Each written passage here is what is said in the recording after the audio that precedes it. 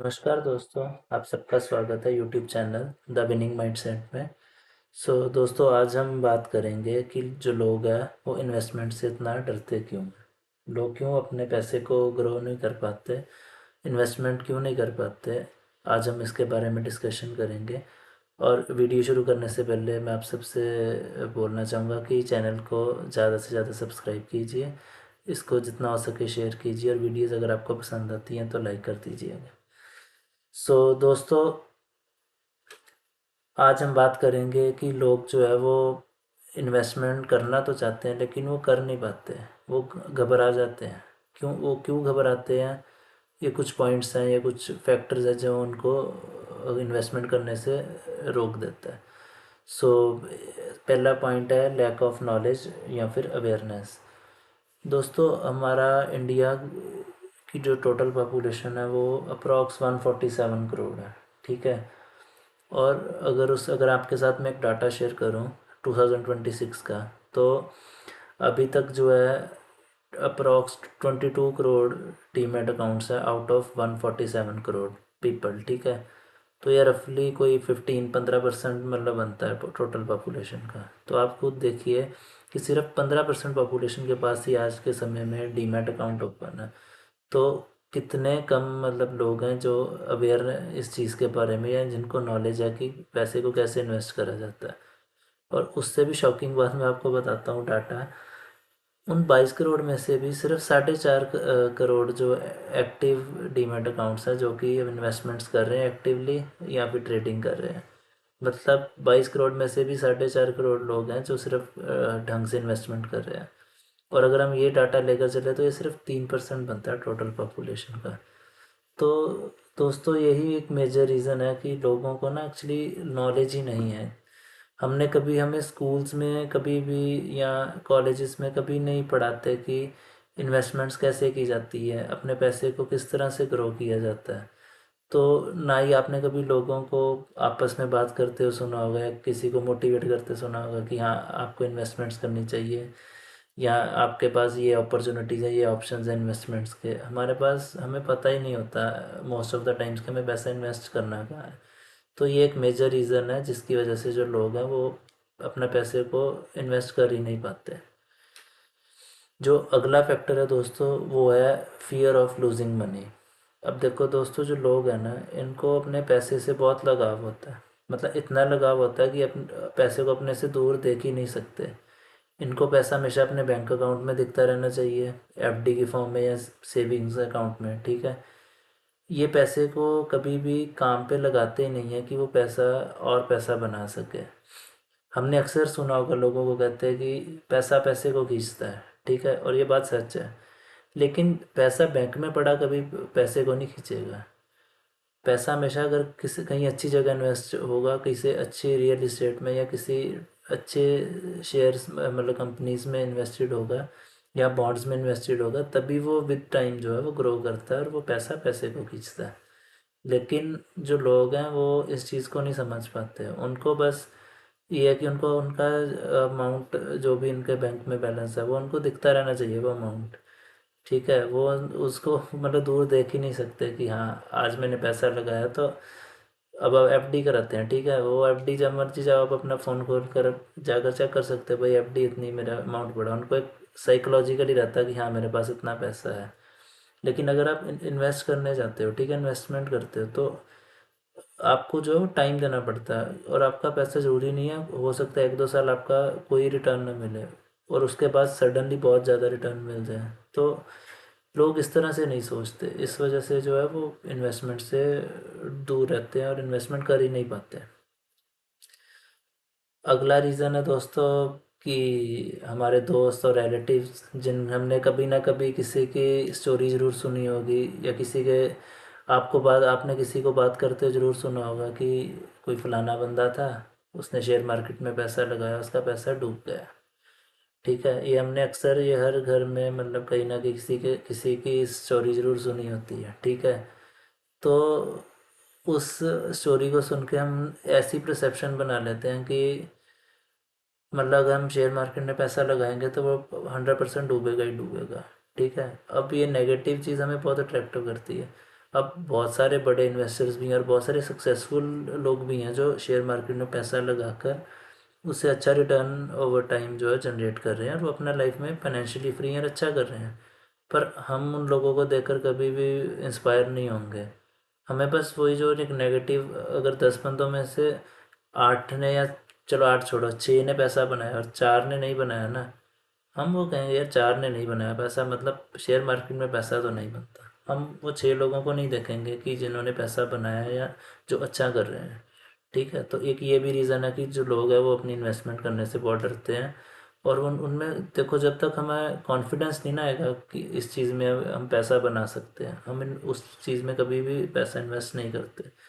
ठीक है, और हमारा कॉन्फिडेंस दोस्त हमारे या रिश्तेदारी ऑलरेडी इतना गिरा देते हैं कि वो हम कभी सोच ही नहीं पाते कि हम भी कभी इन्वेस्ट करके एक अच्छा पैसा बना सकते हैं। तो जो है हम अपने पैसे को एफडी में ही रखते हैं। ठीक है, और एक से सेफर और स्टेबल रिटर्न्स के वो एक्सपेक्टेशन रखते हैं, और वही हमें मिलता रहता है। ठीक है, अगला दोस्तों जो रीज़न है वो है कि लोग जो है ना वो गैम्बलिंग और इन्वेस्टमेंट में ना बहुत कंफ्यूज रहते हैं।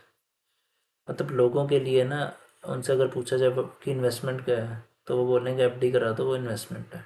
ठीक है, और उनसे अगर पूछ लो गैम्बलिंग क्या है, तो वो बोलेंगे स्टॉक मार्केट में पैसा डाल दो, वो गैम्बलिंग है।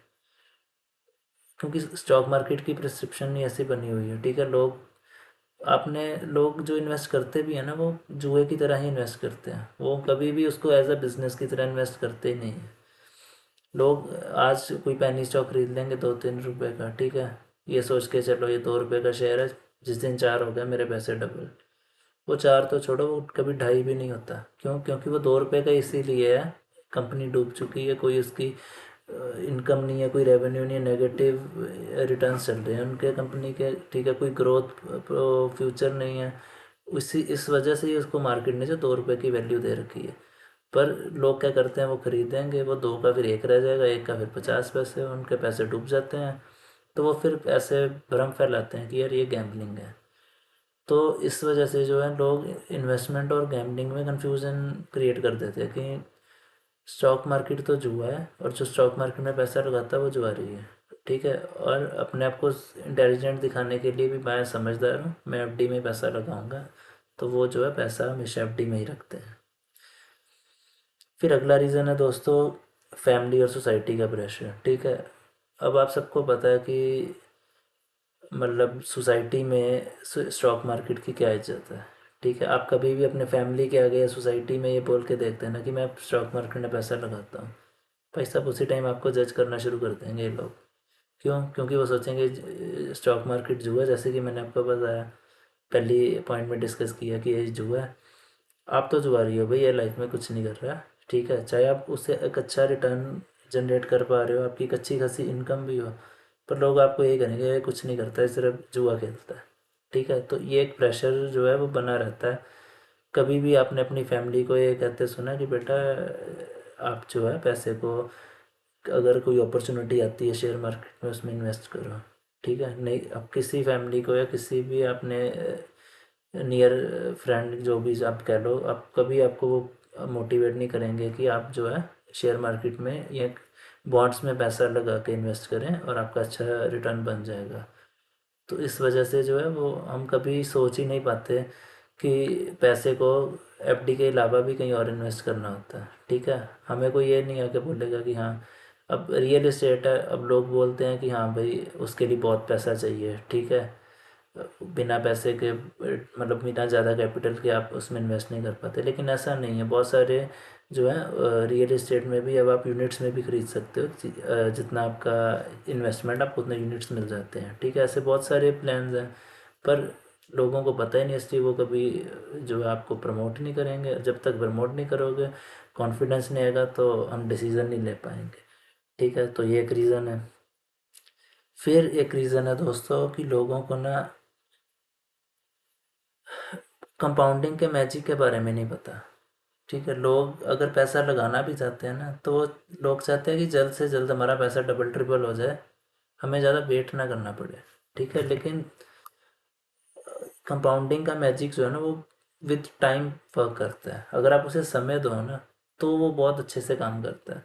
अगर आप एग्जांपल के लिए मैं आपको बोलता हूँ, अगर आप आज 1 लाख रुपया इन्वेस्ट कर दो, ठीक है, और उसे छोड़ दो, आपको कोई हर साल कोई और पैसा नहीं बढ़ाना, बस एक बार 1 लाख डाल के आप उसको किसी अच्छी जगह इन्वेस्ट कर दो, ठीक है, और आप मैं ये ज्यूम करता हूँ कि आपको 12% रिटर्न एनुअली जो है उस पर 1 लाख पे मिल पा रहा है, जो कि मिल जाता है, कोई ज़्यादा नहीं है, ठीक है, ऑन एवरेज लॉन्ग टर्म में 12% मिल जाता है रिटर्न, ठीक है।